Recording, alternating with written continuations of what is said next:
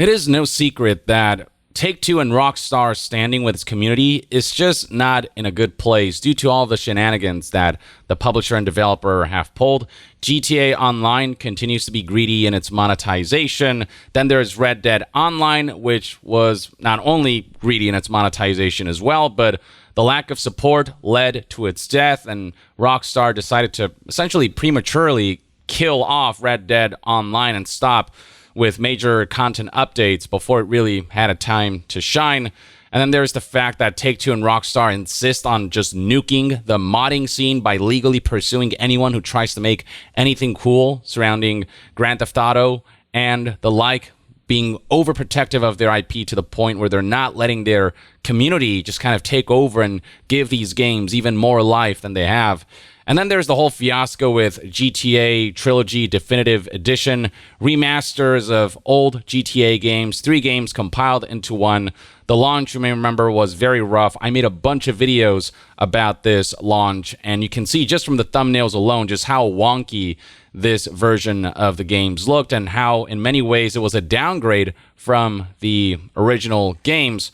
And it doesn't help matters that the original games were taken off the stores that they were originally on, and so Rockstar and Take-Two made GTA Trilogy Definitive Edition the default way to play Grand Theft Auto, even though some might prefer going back to the old versions, and even though the old versions were more compatible with mods, the art style that they went for with GTA Trilogy combined with all of the bugs and technical issues and things like AI upscaling that did a piss poor job and led to wonky results, all of that led to a GTA Trilogy Definitive Edition release that should have been a home run, but instead pissed off the community. And now Take-Two and Rockstar are back at it again with Red Dead Redemption. For some time now, there were rumors that Rockstar might be working on some kind of remake or a significant remaster of the original Red Dead Redemption, given the success of Red Dead Redemption 2, in the hopes of tying Red Dead Redemption 1 and 2 together in a more cohesive way, kind of like how Naughty Dog released Last of Us Part 1, the remake to The Last of Us 1, that has more of a continuity with Part 2 when it comes to visuals and everything. Rumors especially flared up when on July 27th, 2023, it was discovered that Rockstar's new site update added a new reference within the games list, basically highlighting that Rockstar was preparing for some kind of Red Dead Redemption reveal based on the fact that they uploaded a new logo to their website that was unearthed. And then on top of that, right around the same time, it was discovered that Red Dead Redemption was rated recently in Korea, which is rather strange given how old this game is. Why rate the game now? The speculation was that there's some kind of new version of Red Dead Redemption in the works, with many hoping that it'd be a remake built on the Red Dead Redemption 2 engine. And so throughout the last 2 weeks, we saw reporting like this suggesting that there's evidence out there that a Red Dead Redemption remake announcement might be imminent. Fast forward to August 7th, 2023, and Rockstar finally made the official announcement for a new Red Dead Redemption release, except it's nowhere close to what people were hoping for. This is the announcement right here. Red Dead Redemption and Undead Nightmare coming to Nintendo Switch and PlayStation 4 on August 17th. Nowhere in this announcement is it stated that this is a remaster of any kind. What is stated here is that this is a new conversion by Double 11 Studios. That's a choice of word, conversion, a rather poor way to try to hide the fact that this is, in essence, just a straight port. They couldn't even bother to make a PlayStation 5 specific version that takes advantage of the hardware. Instead, this is essentially a PlayStation 4 version that is going to use PlayStation 5's backwards compatibility to be playable on PlayStation 5. There is no mention here of any enhancements. We don't even know if the game is going to run at 60 frames per second instead of the 30 frames per second that the original game ran at. There is no mention here of enhancing the game's performance and frame rate. And so the assumption right now is that this is such a lazy port or conversion, as Take-Two and Rockstar want to call it, that they couldn't even bother to make it 60 frames per second. I don't know if that's confirmed one way or another, but that's the current speculation because there's no specificity on that front. And if you look at the trailer, which we'll get to in a minute, the game seems to be running at 30 frames per second. The only benefits we're getting from this re-release of Red Dead Redemption is that people will be able to take it on the go if they get the Switch version, and it's going to have newly supported languages, including simplified and traditional Chinese, Korean, Polish, Brazilian Portuguese, Russian, and Latin American Spanish. But that aside, and maybe a resolution upscaling and some minor visual differences, this is just a straight port with not much done to it. It's basically just the Xbox 360 version you played way back when, and they couldn't even bother to bring the price down, at least, given how old this game is. Instead, they decided to charge $50 for Red Dead Redemption and Undead Nightmare. Again, not remastered, not remade, with physical releases coming in a few months after the digital launch on August 7th. Physical releases will be arriving on October 13th. Talk about some of the worst value we've ever seen in a video game release, or in this case, re-release. Unlike the great value offered by the sponsor of today's video, Soylent, a company focused on enhancing your nutrition through delicious and conveniently packaged drinks. One of my goals for 2023 is to hit the gym frequently, bulk up, and get fit, as well as enhance my diet and health in general, and for that purpose, Soylent has fit perfectly into my life. The package I received was the Variety Pack, featuring a wide range of flavors including strawberry, vanilla, chocolate, chocolate mint, cafe mocha, and banana. I tried every single one of these, and not only did I think that they were all delicious, I also loved how creamy and smooth the drink's texture was. I actually looked forward to drinking Soylent every day, be it before or after a workout or before or after a meal. And beyond that, the 20 grams of soy-based protein that each bottle offered was perfect for my dietary needs during my bulking phase. Beyond protein, Soylent drinks also offer various macro and micronutrients beneficial to one's health, all backed by science and clinical research. You don't have to break the bank either, with Soylent packages ranging from $2 to $4 per serving. For the cherry on top, Soylent drinks are portable and long-lasting, with a shelf life of over a year, even when not refrigerated. If healthy, nutritious, diet-enhancing, scientifically backed, and delicious drinks are up your alley, and if you'd like to support my channel along the way, be sure to use my link as well as the code YONGYEAH30. The first 500 people to do so will get 30% off their first order with Soylent. To further highlight what a piss-poor value $50 for a port of Red Dead Redemption and Undead Nightmare is in this day and age, you can actually buy the Game of the Year edition of Red Dead Redemption on Xbox One and Xbox 360 for frickin' $30. And this is the physical edition that you can just get and play on your Xbox Series. As highlighted by Twitter user Clobril here, Red Dead Redemption runs at 4K on Xbox Series X and at 1440p on Xbox Series S via the Huchi method, which, for those who don't know, is the patch in which we enjoy our Xbox One X enhanced, or in this modern day and age, Xbox Series enhanced Xbox 360 games in native or close to 4K, without touching the original game code in most cases. It's this amazing feature that Xbox implemented that not only gives you backwards compatibility, but enhanced backwards compatibility that can take old games and enhance the resolution.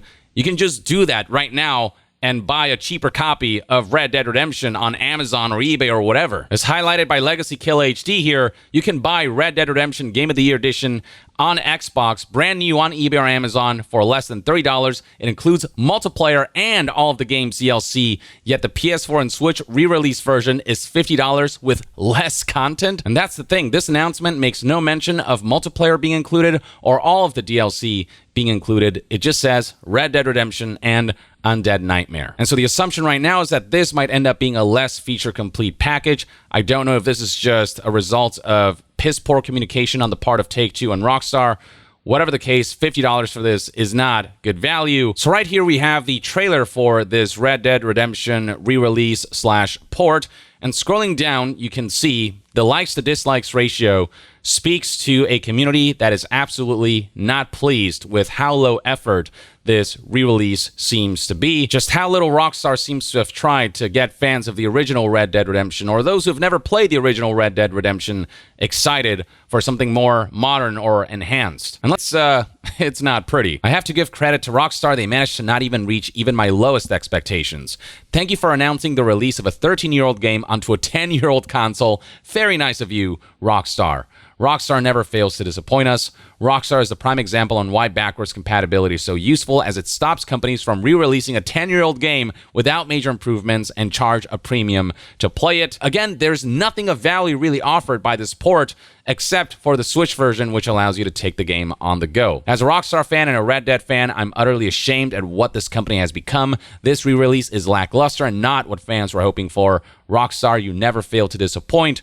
My expectations for Rockstar are so low, and they still manage to disappoint. It's truly incredible. And if you scroll down and read all of the comments, these sentiments are basically echoed over and over again by an overwhelming majority of people who came to this trailer and were utterly disappointed. And already there are plenty of comparison shots between the Xbox 360 version and the Switch and PlayStation 4 version. So this right here is GameXplain, who released this video comparing the Xbox 360 version and the Switch version. You can see that it's pretty much exactly the same.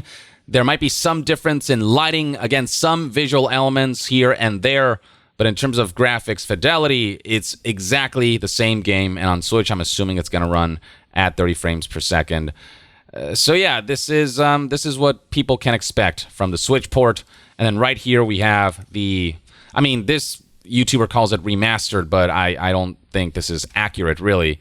But you can see right here, this is the original game. This is the new version. There's some like hue differences here and there, but it's basically, again, the same game. There's no remastering here whatsoever.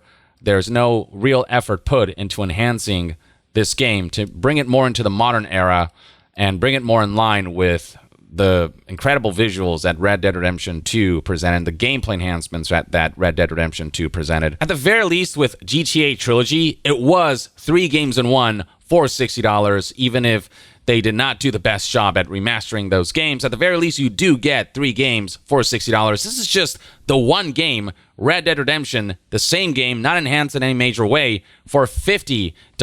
And while it's fair to criticize the way The Last of Us Part 1 launched at $70, at the very least, you can tell they put a lot of effort into remaking the assets and really bringing the game into the modern era and ensuring that it has more of a continuity with Last of Us Part 2, both in terms of visuals and the gameplay, which was enhanced to be more in line with Last of Us Part 2. The cherry on top to all of this is that back in March of 2021, Take-Two CEO Strauss Zelnick came out and said that he doesn't run a company that's interested in simple ports. Scrolling further down, here's Video Games Chronicles coverage on this. Take-Two boss Strauss Zelnick was asked how he feels about remasters potentially becoming a bigger part of the company's strategy going forward, to which he responded with this exact quote, "I'm not sure there'll be a bigger part of the strategy. Remastering has always been a part of the strategy. We have done differently than the competition. We don't just port titles over. We actually take the time to do the very best job we can,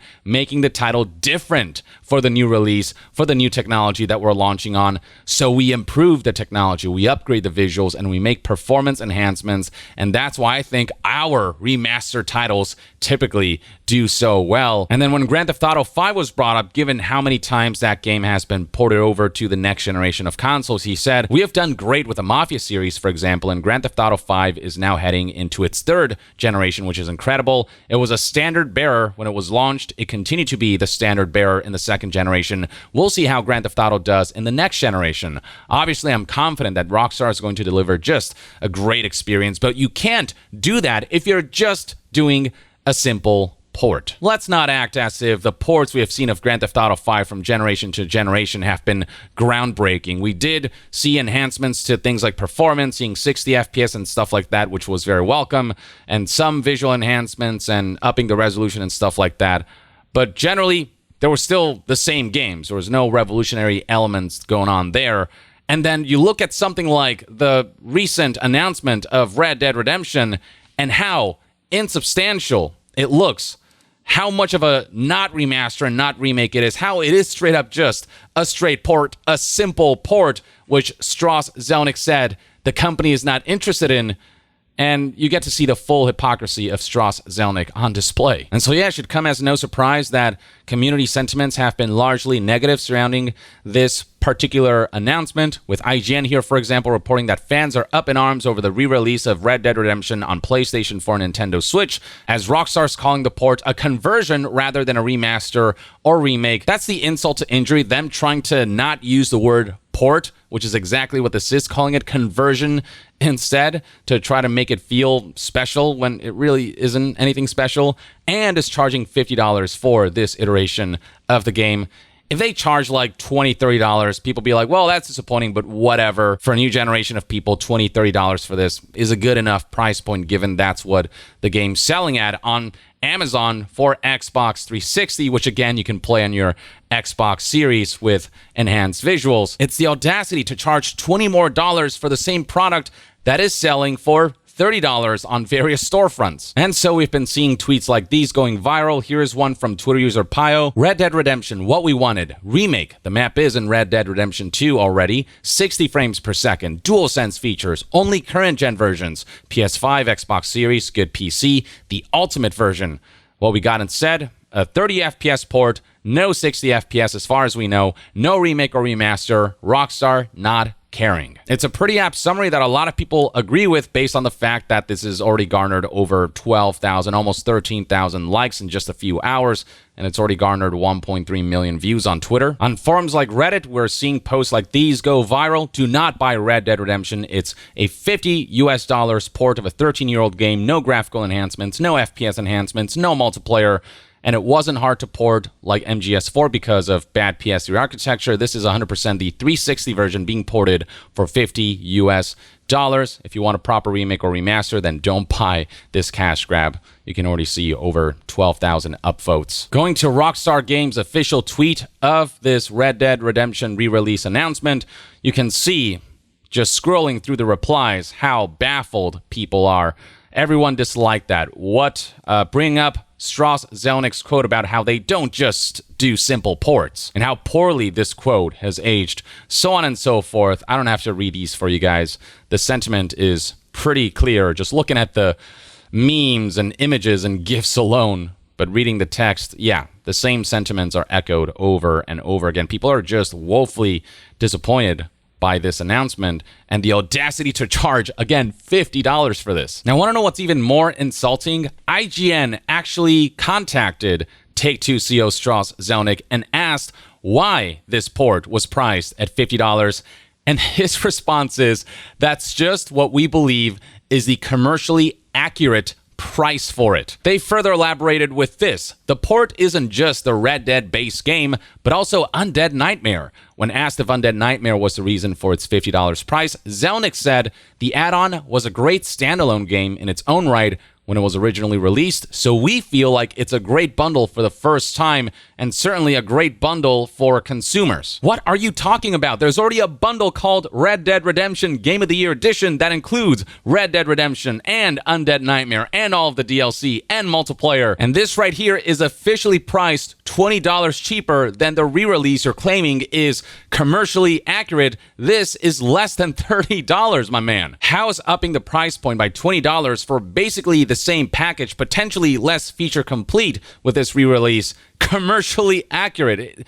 This guy's so full of shit. But it's not like he and Take-Two have any reason to care, because they are making that fuck you money through GTA 5 and GTA Online, and they predict that they'll experience a significant inflection point and record levels of performance in fiscal 2025, which ranges from April 2024 to March 2025, which likely is referring to the launch of Grand Theft Auto 6, which seems to be imminent. And people will flock to this game. It'll likely become the biggest selling piece of entertainment ever in history. It's probably going to break GTA 5's record.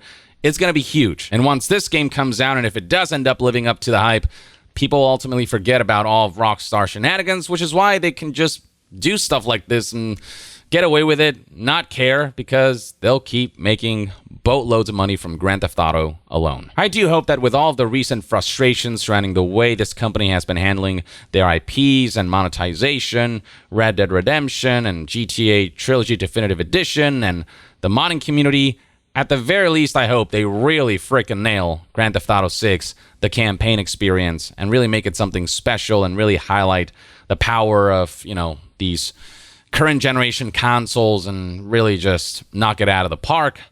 At the very least, I hope we get that.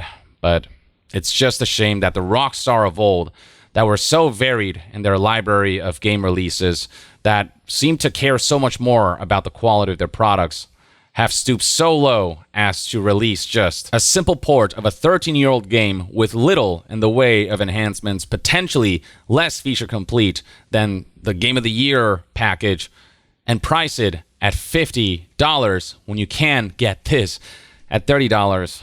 Just...